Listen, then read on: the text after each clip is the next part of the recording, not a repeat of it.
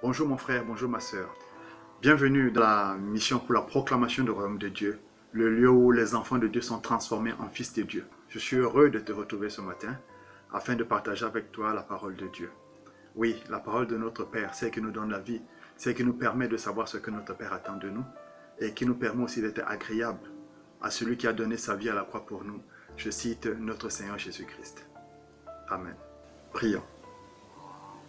Père, merci pour cette opportunité que tu me donnes de partager ta parole avec mon frère, avec ma sœur. Merci de nous rendre disponibles. Merci de rendre disponible ton esprit. Merci Père parce que nous allons parler, mais ton esprit va nous permettre de comprendre, va toucher nos cœurs afin que nous puissions entrer dans la profondeur de ta volonté afin d'être agréable à notre Père. Nous t'aimons Seigneur, nous voulons marcher avec toi, nous voulons faire ta volonté. Nous voulons être agréables à toi. C'est pourquoi nous te prions. Assiste-nous, conduis-nous. Pendant ces moments d'exhortation, ouvre l'intelligence de chacun de nous afin que nous puissions comprendre ta volonté et donne-nous la force et le vouloir d'appliquer ta parole comme tu l'auras annoncé. Que la gloire te revienne à toi seul, toi qui es le Tout-Puissant, le Dieu Saint, le Dieu fidèle, au nom de notre Seigneur Jésus-Christ. Amen. Amen. Aujourd'hui, nous allons baser notre exhortation sur deux textes tirés l'un dans l'Ancien Testament et l'autre dans le Nouveau Testament. Le premier, c'est dans le livre de Ésaïe 59, versets 1 à 4. Ésaïe 59, du verset 1 au verset 4. Lisons au nom de Jésus-Christ. Non, la main de l'Éternel n'est pas trop courte pour sauver, ni son oreille trop dure pour entendre. Mais ce sont vos crimes qui mettent une séparation entre vous et votre Dieu. Ce sont vos péchés qui vous cachent sa face et l'empêchent de vous écouter. Car vos mains sont souillées de sang et vos doigts de crime. Vos lèvres profèrent le mensonge. Votre langue fait entendre l'iniquité. Nul ne se plaint avec justice, nul ne plaide avec droiture. Ils s'appuient sur des choses vaines et disent des faussetés. Ils conçoivent le mal et enfantent le crime. Le deuxième texte, nous le prenons dans le livre de Jean, au chapitre 3, verset 16. Jean 3, verset 16. Car Dieu a tant aimé le monde qu'il a donné son Fils unique, afin que quiconque croit en lui ne périsse point, mais qu'il ait la vie éternelle. Amen. Prions pour ces paroles. Père, merci pour ta parole. Merci pour cette parole que tu as envoyée afin qu'elle nous édifie sur ta volonté. En même temps, afin qu'elle apporte en nous une transformation radicale, afin que nous cessons de demeurer les hommes de ce monde, mais que nous devenons et que nous marchons d'après les hommes du royaume. Que la gloire te revienne dans le nom du Christ Jésus. Amen. Actuellement, le monde entier est en train de passer par une phase délicate, un moment très important où un fléau s'est abattu sur le monde. Ce fléau s'appelle coronavirus. Comme je l'ai déjà dit précédemment, c'est un démon appelé coronavirus. Le monde passe actuellement par un moment très difficile, un moment qui amène l'inquiétude, un moment de désolation, un moment de peur, un moment d'incertitude, un moment dans lequel personne ne sait ce qui va se passer dans quelques jours. Nous entendons les bruits de mort, des gens qui meurent en centaines tous les jours dans des pays européens. Et actuellement, ces moments, cette épidémie, cette pandémie est en train de gagner l'Afrique et est en train de se développer à une croissance exponentielle. Cette situation amène tout le monde à rechercher la face de Dieu. Oui, même ceux qui ne priaient pas, aujourd'hui commencent à invoquer Dieu. Parce que finalement, comme nous le savons tous, il y a une part de Dieu en chacun de nous. Chacun de nous sait qu'il y a un Créateur, celui à qui appartient toutes choses, celui à qui obéit toutes choses, le Tout-Puissant, celui qui soutient l'univers entier dans le creux de sa main. Chacun de nous, au fond de lui, sait qu'il y a Dieu, le Créateur, le propriétaire de l'univers entier. Aujourd'hui, l'angoisse pousse tout le monde à prier, à invoquer Dieu, le Tout-Puissant, celui qui soutient l'univers entier dans le creux de sa main. Ils essaient d'aller vers les écorces, ils essaient d'aller vers les marabouts, mais ils sont conscients, parce que l'Esprit de Dieu en eux leur rappelle qu'il n'y a que Dieu, le Tout-Puissant, celui qui soutient l'univers entier dans le creux de sa main. La seule chose qu'ils ne comprennent pas, c'est que pour certains, Dieu ne les écoute même pas. Dieu ne les entend même pas. Parce qu'ils ont mis une séparation entre Dieu et eux. D'après ce que nous dit le livre d'Ésaïe au chapitre 59, si je me permets de relire. Non, la main de l'Éternel n'est pas courte pour sauver, ni son oreille trop dure pour entendre. Mais ce sont vos crimes qui mettent une séparation entre vous et votre Dieu. Ce sont vos péchés qui vous cachent sa face et l'empêchent de vous écouter. Car vos mains sont souillées de sang et vos doigts de crime. Vos lèvres profèrent le mensonge. Votre langue fait entendre l'iniquité. Nul ne se plaint avec justice, nul ne plaide avec droiture. Amen. Il y a actuellement une séparation entre le Père et certains d'entre nous. Et nous en sommes conscients. Parce que si nous n'en étions pas conscients, nous ne devons pas avoir peur. Si nous sommes dans l'angoisse aujourd'hui, c'est effectivement parce que nous ne savons pas de quoi sera fait demain. L'homme a peur de mourir, pas seulement parce qu'il a peur de la mort, mais surtout parce qu'il ne sait pas ce qu'il y a après la mort. Alors ton Père te dit, il veut t'écouter, il veut te sauver, il veut te répondre. La preuve, c'est quoi? La preuve est qu'il a donné son Fils, afin que si tu crois en son Fils, que tu aies la vie éternelle, que tu ne périsses pas. Alors tout ce qu'il te demande, c'est quoi? Reviens, reviens-moi, invoque-moi, je te répondrai. La difficulté, c'est quoi? C'est que l'homme lui-même a créé cette séparation entre Dieu et lui. Il a dit, quand tu as la haine au-dedans de toi, quand tu gardes la haine en toi, la haine n'est pas de lui. Tu installes une forteresse en toi, et cette forteresse appartient au diable. Tes œuvres laissent voir à qui tu appartiens. Si tu es enfant de Dieu, tu fais la volonté de Dieu. Tu marches d'après ce que Dieu dit. Mais si tu es enfant du diable, tu fais ce que Satan te demande.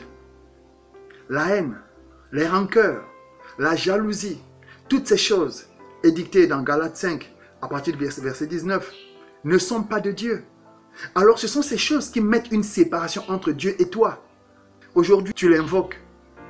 Mais au fond de toi, tu sens qu'il ne te répond pas. Tu sens qu'il n'est pas là. Alors qu'est-ce qui te reste à faire, mon frère? Qu'est-ce qui te reste à faire, ma sœur? C'est juste revenir à lui. Il a dit dans sa parole, dans Hébreux 12, 14, « Recherchez la paix avec tous et la sanctification, sans laquelle personne ne verra Dieu, personne ne verra le Seigneur. » Alors quel est l'état de ta relation avec tes frères, avec tes sœurs, avec tes collègues au travail, avec tes subalternes, avec ta famille? Es-tu sûr que tu es en paix avec eux? Es-tu sûr que dans ton cœur ne se trouve aucune œuvre des ténèbres, l'inimitié, la jalousie, la rancœur, le manque de pardon? Toutes ces choses édictées dans Galates 5, verset 19, est-ce que ces choses ne sont-elles pas en toi? Ceux qui marchent d'après les œuvres de la chair sont en inimitié avec Dieu. Et si tu veux que Dieu marche avec toi, cherche ce qui est de lui. Pendant que ce fléau est en train de s'avancer, pendant que ce fléau, cette ombre de la mort à atteindre, est en train d'envahir les nations, analyse ta vie, mon frère. Parce que l'heure est grave. Tu ne sais pas si tu vas t'en sortir. Personne ne sait. C'est pourquoi nous devons mettre toutes les chances de notre côté. Tant que cela nous est averti, tant que Dieu nous permet de nous préparer, change ta manière d'être. Change tes pensées. Renouvelle ta relation avec ton Père, afin que tu sois conduit par son esprit. Amen. Il a dit dans sa parole, dans Hébreux 12, 14, « Recherchez la paix avec tous et la sanctification, sans laquelle personne ne verra le Seigneur. Pendant que ce fléau est en train de s'avancer, pendant que ce fléau, cette ombre de la mort à atteindre, est en train d'envahir les nations, tu veux voir la main du Seigneur dans ta vie? Si tu veux que Dieu marche avec toi, cherche ce qui est de lui. Tu cherches la protection de Dieu, tu espères à sa protection, recherche la paix avec tous. Recherche la paix. Sois en bon terme avec tous. Il le dit encore dans Romains 12, verset 18. S'il est possible, autant que cela dépende de vous, soyez en paix avec tous les hommes. Avec tous les hommes. Nous sommes les enfants de Dieu. L'inimitié ne peut pas habiter en nous. La haine ne peut pas trouver sa place en nous. Parce que Dieu est amour. Dieu est amour. Il est paix. Il est joie. Ce sont les manifestations de l'Esprit de Dieu dans nos cœurs. Si se trouve la haine en toi, si se trouve l'inimitié en toi, c'est tu n'es pas de Dieu. Tu appartiens à un autre Seigneur. Or, notre Seigneur, il est amour. Il est paix. Il est justice. Il n'a pas d'ennemi. Quiconque vient à lui, il accepte. Dieu veut que nous marchions d'après sa volonté. Nous devons lui être agréables, mon frère, ma soeur. Nous devons vaincre cette chose qui est en nous, qui crée l'inimitié avec Dieu. Nous devons vaincre cette chose qui est en nous, qui nous empêche de voir la main de Dieu. Nous devons vaincre cette chose qui est en nous, qui nous empêche d'être en relation avec notre Père. Mon frère, ma soeur, dans ta vie, cette chose c'est quoi? C'est la haine? C'est le désordre sexuel? Ce sont les calomnies? C'est des mensonges? Toutes ces choses appartiennent à Satan. Et si tu veux que Dieu marche avec toi, cherche ce qui est de lui. Amen. Dieu t'aime. Dieu nous aime tous. La Bible dit, il nous aime d'une manière que nous ne pouvons pas imaginer. Le livre de Jean 3,16 nous dit quoi? Car Dieu a tant aimé le monde qu'il a donné son Fils unique, afin que quiconque croit en lui ne périsse point, mais qu'il ait la vie éternelle. Pendant que ce fléau est en train de s'avancer, pendant que ce fléau, cette ombre de la mort à atteindre, est en train d'envahir les nations, Dieu avait déjà préparé un plan pour toi, pour que tu ne périsses pas. Il te dit, reviens à moi, et je reviendrai à toi. Il te dit, regarde tes voies, analyse tes voies, juge-toi toi-même. Est-ce que tu es en bon terme avec ton Père, qui est le Créateur, qui n'espère qu'une seule chose, t'assister, te sauver? Il le dit dans le livre de Apocalypse 3, verset 21. Celui qui vaincra, je le ferai asseoir avec moi sur mon trône, comme moi j'ai vaincu et me suis assis avec mon Père sur son trône. Tu dois vaincre ces choses qui t'empêchent d'être en relation avec Dieu. Tu ne dois pas laisser cette œuvre de la chair prendre le dessus sur toi. Réconcilie-toi avec ton Dieu, parce que les temps sont graves. Les temps sont graves. Personne ne sait. D'ici 1 mois, d'ici 2 mois, d'ici 6 mois, personne ne sait ce qui peut arriver. Tu ne sais pas si tu seras encore là. Je ne sais pas si je serai encore là. Alors, nous devons prendre le temps qui nous est accordé, cette occasion, cette grâce qui nous est faite, de pouvoir encore avoir le temps de nous repentir. Saisissons ce moment, mon frère et ma sœur. Ne laissons pas ces moments passer. Aujourd'hui, Christ te dit, dans Apocalypse 3:20, il te dit, « Voici, je me tiens à la porte et je frappe. Si quelqu'un entend ma voix et ouvre la porte, j'entrerai chez lui, je souperai avec lui et lui avec moi. » Le Seigneur est à la porte de ton cœur aujourd'hui. Il te dit, ouvre-moi ton cœur. Fais sortir de ton cœur toutes ces choses qui ne sont pas de moi. Toutes ces choses qui créent une séparation entre toi et moi. La haine, la médisance, le mensonge, la calomnie, les œuvres de la chair. Toutes ces choses, fais-les sortir de toi. Regrette-les. Répands-toi. Regarde que ces choses ne sont pas bonnes. Répands-toi. et reviens à moi et je te recevrai. J'entrerai chez toi, je souperai avec toi et tu souperas avec moi. Ça va encore dire, je marcherai avec toi, je te protégerai, je te garderai, je te ferai voir mon salut. À toi de décider, mon frère. À toi de décider, ma sœur. L'heure est grave, souviens-toi. Christ te dit, je suis là. Invoque-moi. Reviens à moi. Et moi, je reviendrai à toi. Reviens à moi. Ainsi, tu pourras profiter de la protection divine, de la protection de la croix. Tu pourras profiter de l'échange divin qui s'est manifesté à la croix. Il n'est pas tard. Soyons réconciliés avec Dieu. L'heure est grave. Et Dieu te tend la main aujourd'hui. Il te tend la main et te dit, je suis là. Sois réconcilié avec ton Père. Il n'y a pas un autre moyen, le seul moyen pour être réconcilié avec ton Père. C'est Jésus-Christ, le seul. Il est écrit dans Jean 14 au verset 6. Jésus lui dit, je suis le chemin, la vérité et la vie. Nul ne vient au Père si ce n'est par moi. Le seul qui a été donné, afin que par lui, nous ayons la vie. Comme l'a dit Jean 3, verset 16. Que nous ayons la vie éternelle, que nous l'ayons en abondance. Mon frère, ma sœur, c'est à toi maintenant de décider. C'est à toi. Le Père dit, ce n'est pas lui. C'est à toi de décider. Si tu veux marcher avec lui, il est disposé à marcher avec toi.